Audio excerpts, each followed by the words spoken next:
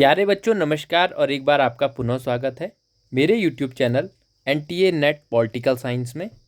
आज हम एक पेपर सॉल्व करने वाले हैं जो कि HNBGU के जो पॉलिटिकल साइंस के जेनरिक विषय है human right gender and equality, उसको सॉल्व करने वाले हैं।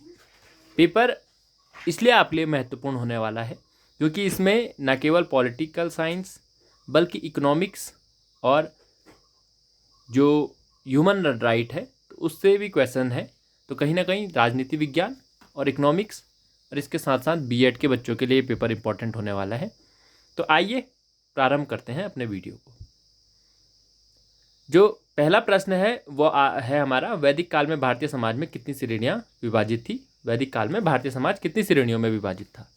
तो ऑप्शन आपके दिए हैं A2, B5, C3 और D4।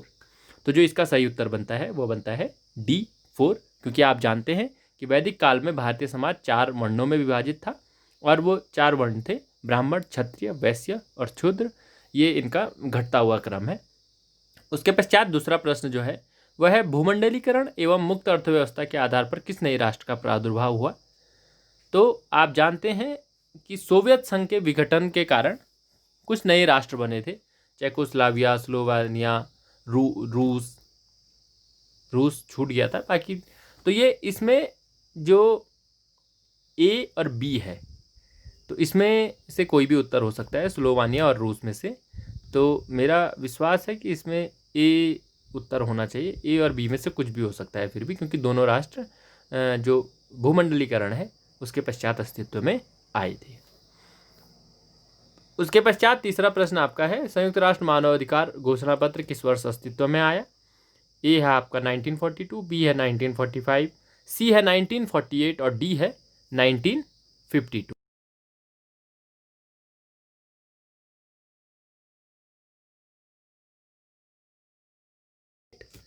क्योंकि 10 दिसंबर 1948 को मानवाधिकार घोषणा पत्र अस्तित्व में आया था। उसके पश्चात अगला प्रश्न है आपका, भारत में मानवाधिकार आयोग की स्थापना कब हुई। तो ए ऑप्शन है 1990, बी है 1993, सी है 1986 और डी है 1988। तो जो ये प्रश्न है इसका उत्तर है आपका बी 1993। तो उसके पश्चात अगला प्रश्न आपका है, व्यक्तियों की स्वतंत्रता एवं अधिकारों का उल्लेख करने वाला विश्व का प्रथम संग्रह है। ए ऑप्शन है आपका मैग्ना कार्टा, बी है बिल ऑफ राइट्स, सी है पिटिशन ऑफ राइट्स और डी है उपयुक्त में से कोई नहीं। तो इसका ए, सी और डी में से कोई भी जवाब हो सकता है, तीनों अपने आप में सही होंगे। वो कैसे, मैं आपको बता दूं। मैग्ना कार्टा 1215 में अस्तित्व में आया था ब्रिटेन में। जो पिटिशन ऑफ राइट है वो 16वीं शताब्दी में आया था आपका। और डी उपयुक्त में से कोई नहीं इसलिए बोल रहा हूँ क्योंकि सबसे पहले मूल अधिकारों की बात लगभग 539 BC में हो चुकी थी। तो इसलिए ए, सी और डी कोई भी उत्तर आप इसमें हो सकता है, पर प्रश्न की प्रकृति को देखते हुए ए ऑप्शन इसका सही उत्तर होना चाहिए। उसके पश्चात छठा प्रश्न आपका है, 1992 में वैश्विक पर्यावरण पर रियो सम्मेलन का आयोजन किस देश में हुआ था। ए ऑप्शन है ऑस्ट्रेलिया, बी है अर्जेंटीना, सी है स्पेन और डी है ब्राज़ील। तो ये जो इसका सही जवाब है वह है ब्राज़ील। रियो आप जानते हैं ब्राज़ील की राजधानी है, रियो डी जेनेरिया। तो छठवें का जो उत्तर होगा आपका वह होगा आपका ब्राज़ील। और इससे पूर्व पांचवें का उत्तर था आपका ए, सी, डी भी हो सकता है पर ए होना चाहिए।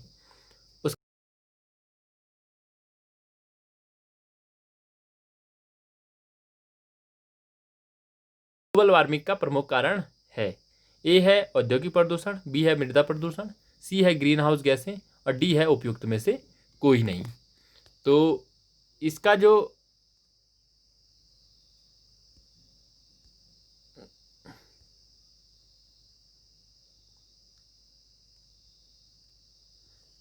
तो इसमें जो सही जवाब होगा आपका वह होगा option number C, green house गैसें। क्योंकि जो ग्लोबल वार्मिंग है उसके लिए जो ये हरित गैसें इन्हें कहा जाता है ये सबसे अधिक उत्तरदायी है। सी ऑप्शन आपका सही उत्तर होगा। उसके पश्चात आठवां प्रश्न है आपका, स्थानीय निकाय में महिलाओं हेतु कुल कितने प्रतिशत सीटें आरक्षित है। फिर ये बड़ा पेचीदगा भरा क्वेश्चन है। इसमें ए ऑप्शन है 50% और सी ऑप्शन है 33%। तो ये दोनों ही उत्तर अपने आप में सही बनते हैं इसके, क्योंकि जो भारत में पंचायती राज एक्ट है उसमें महिलाओं के लिए 33% आरक्षण है, और जो उत्तराखंड राज्य है उसमें महिलाओं के लिए 50% आरक्षण है। और उत्तराखंड ही नहीं, कम से कम 9-10 स्टेट ऐसे हैं जहां महिलाओं के लिए पंचायत में 50% आरक्षण है। तो क्योंकि इसने स्टेट वगैरह नहीं पूछा है, स्थानीय निकाय पूछे हैं, तो उत्तराखंड के संदर्भ में इसका सही उत्तर होना चाहिए। और अगर भारत के संदर्भ में बात कर रहा है तो सी सही उत्तर होना चाहिए। तो मेरा ख्याल है इसमें सी उत्तर सही होना चाहिए, क्योंकि उत्तराखंड का विशेष संदर्भ इसने नहीं दिया है। उसके पश्चात अगला प्रश्न हम देखते हैं। अगला प्रश्न 9वां प्रश्न हमारा है, अधोलिखित पर्यावरण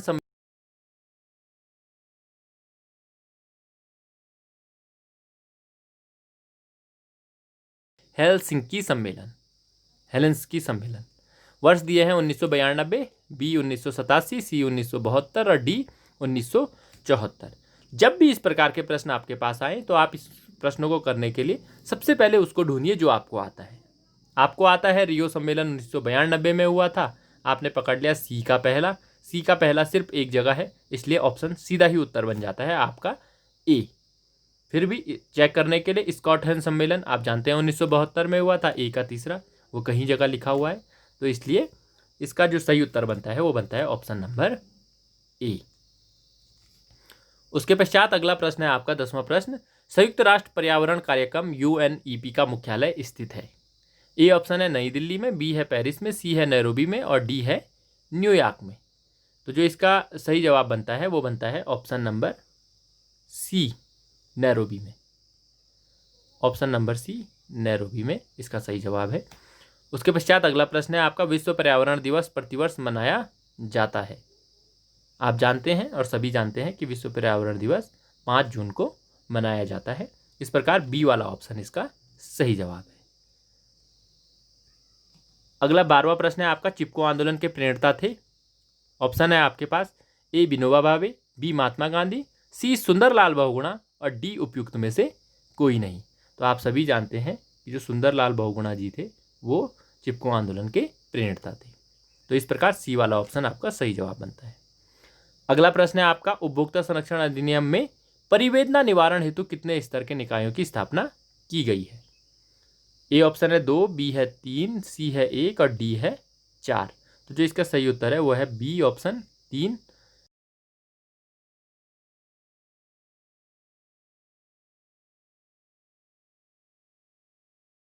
राष्ट्रीय मानवाधिकार आयोग का सूत्रवाक्य है।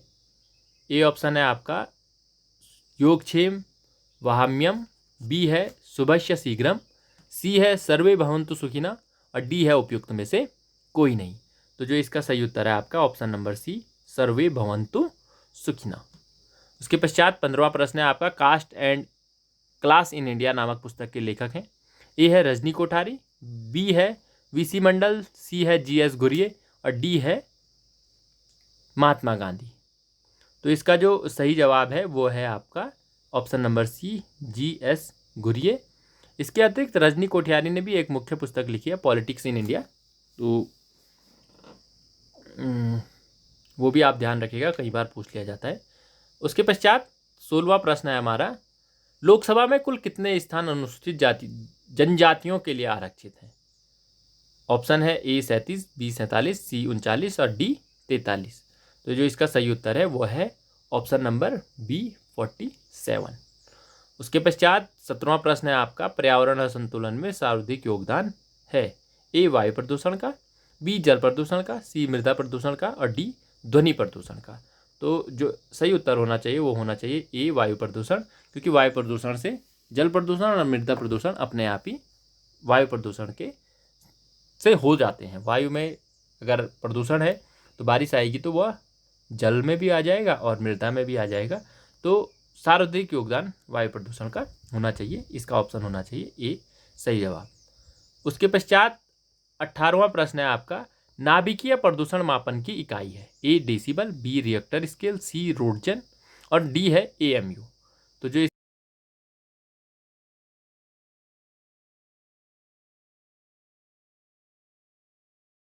500 पुरस्कार का संबंध है। ये ऑप्शन है कृषि उत्पादों से, बी है तकनीकी उत्कृष्टता से, सी ऑप्शन है आपका पर्यावरण संरक्षण से, और डी है उपयुक्त में से कोई नहीं। तो इसका जो सही जवाब होना चाहिए वो होना चाहिए सी, पर्यावरण संरक्षण से। उसके पश्चात अगला प्रश्न है आपका 20वां प्रश्न, पृथ्वी शिखर सम्मेलन का संबंध है। ए है क्योटो सम्मेलन से, बी है रियो सम्मेलन से, सी है डरबन सम्मेलन से, और डी है कोपनहेगन सम्मेलन में। तो इसका जो सही उत्तर है वो है आपका 20वें का बी, रियो सम्मेलन से, क्योंकि पृथ्वी सम्मेलन को ही रियो सम्मेलन कहा जाता है। उसके पश्चात 21वां प्रश्न है आपका, रेड डाटा बुक संबंधित है। ए ऑप्शन है पर्यावरण प्रदूषण से, बी है राष्ट्रीय हरित न्यायाधिकरण से, सी है संकटग्रस्त विलुप्त प्रजातियों से, और डी है उपयुक्त में से कोई नहीं। तो जो इसका सही उत्तर है आपका वो है ऑप्शन नंबर सी, संकटग्रस्त विलुप्त प्रजातियों से। उसके पश्चात अगला प्रश्न है आपका, भारतीय संविधान में उल्लेखित आरक्षण का आधार है। भारतीय संविधान में उल्लेखित आरक्षण का आधार है। ए ऑप्शन है जाति, बी है धर्म, सी है वर्ग, और डी है लिंग। आपको पता है विभेद इन चारों के आधार पर किया जा सकता है भारत में, किंतु जो आरक्षण का प्रावधान है वो जातिगत है, क्योंकि अनुसूचित जातियों और अनुसूचित जनजातियों को ही आरक्षण का प्रावधान किया गया है। भले लिंग भी हो सकता है डी, क्योंकि महिलाओं को भी आरक्षण की व्यवस्था की गई है, पर जो भारतीय संविधान में उल्लेखित है वो जातिगत आरक्षण की बात की गई है। तो इस प्रकार इसका जो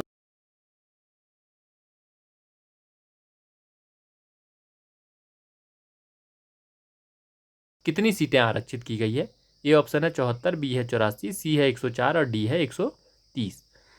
तो जो इसका सही उत्तर है वो है ऑप्शन नंबर बी, 84। तो आप लोगों को ध्यान रखना है, कई बार प्रश्न यह भी पूछा जाता है लोकसभा में कुल कितनी आरक्षित सीटें हैं।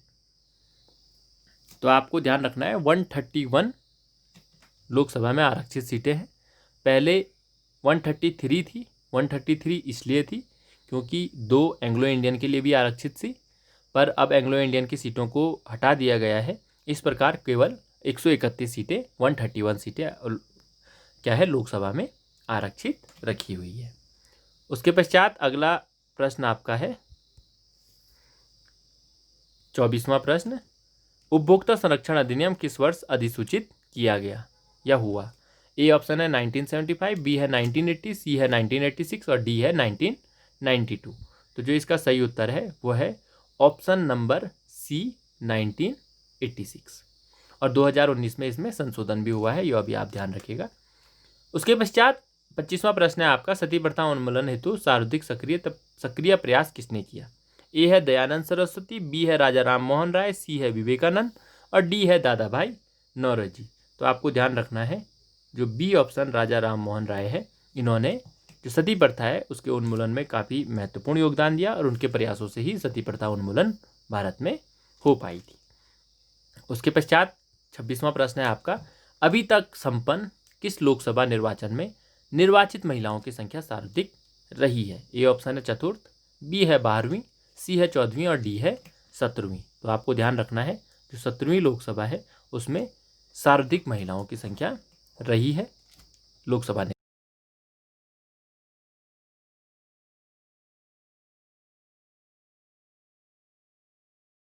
बी है 1984, सी है 1990, और डी है आपका 2000। तो इसका जो सही उत्तर है वो है ए, 1992। उसके पश्चात अगला प्रश्न है आपका 28वां प्रश्न, ओजोन परत में क्षय के लिए सर्वाधिक उत्तरदायी गैस है। ए ऑप्शन है कार्बन डाइऑक्साइड, बी है नाइट्रस ऑक्साइड, सी है क्लोरोफ्लोरोकार्बन, और डी है उपयुक्त में से कोई नहीं। तो जो 28वां प्रश्न है उसका सी वाला ऑप्शन सही उत्तर है, क्लोरोफ्लोरोकार्बन। उसके पश्चात अगला प्रश्न है आपका, भोपाल गैस त्रासदी के समय उत्तरदायी रसायन रहा था। ए है अमोनिया, बी है पोटेशियम साइनाइड, सी है मिथाइल आइसोसाइनाइड साइनेट, और डी है हाइड्रोक्लोरिक एसिड। तो इसके लिए जो सही उत्तर है वो है option number C, methyl isocyanate. उसके पश्चात 31वां प्रश्न आपका है, बोडोलैंड आंदोलन का संबंध किस राज्य से है? ए है पंजाब, बी है महाराष्ट्र, सी है पश्चिम बंगाल और डी है असम। तो आपको ध्यान रखना है, असम से इसका संबंध है। बोडोलैंड असम से अलग होने की बात कर रहा है और इसके लिए आंदोलन कर रहा है। तो इसका जो सही उत्तर है वो है डी, असम। उसके पश्चात अगला प्रश्न है आपका, राष्ट्रीय मानवाधिकार आयोग के प्रथम अध्यक्ष थे? ए है जस्टिस JS वर्मा, बी है जस्टिस NN वेंकटचलैया, सी है जस्टिस KN सिंह और डी है जस्टिस रंगनाथ मिश्रा। तो इसका जो सही उत्तर है वो आपका डी है, जस्टिस रंगनाथ मिश्रा। उसके पश्चात अगला प्रश्न है, ये डी उत्तर सही है इसका।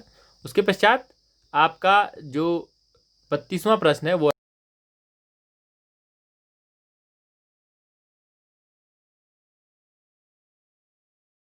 ज्योतिराव फुले, सी है महात्मा गांधी और डी है पेरियार।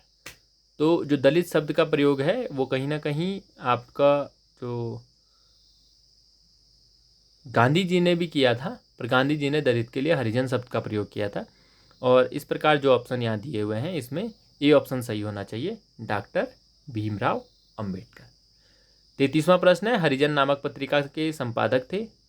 ए है पंडित नेहरू, बी है विनोबा भावे, सी है राम मनोहर लोहिया और डी है महात्मा गांधी। तो जो इसका सही जवाब है वो है option number D, Mahatma Gandhi. उसके पश्चात अगला प्रश्न है आपका 34वां प्रश्न, भारत में बुलेट ट्रेन का विरोध किस राज्य द्वारा पर्यावरण के आधार पर किया गया? ए है गुजरात, बी है गोवा, सी है महाराष्ट्र और डी है केरल। तो इसमें ए और सी में से कोई भी उत्तर हो सकता है, क्योंकि महाराष्ट्र और गुजरात से होते हुए ही अहमदाबाद बुलेट ट्रेन परियोजना सबसे पहली परियोजना है, उसका बड़ा विरोध हुआ है। गुजरात में भी हुआ है और महाराष्ट्र में भी हुआ है।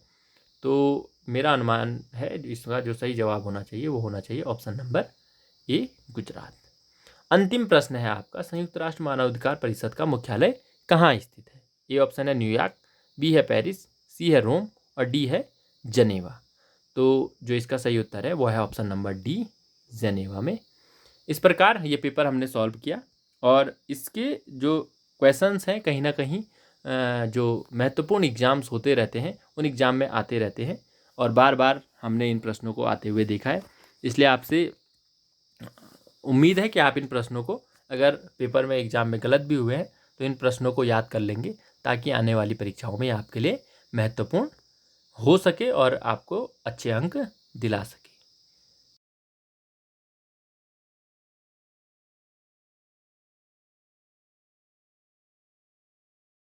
कहीं ना कहीं महत्वपूर्ण हो सकता है, तो इसे अपने मित्रों को अवश्य शेयर करें और वीडियो आपको अच्छा लगा है तो लाइक अवश्य करें। लाइक करने से हमको प्रेरणा मिलती है और उस प्रेरणा से आगे भी इसी प्रकार के वीडियो आपके लिए हम बनाते रहेंगे, मैं आपके लिए बनाता रहूँगा। हमसे जुड़े रहने का आपका बहुत बहुत धन्यवाद।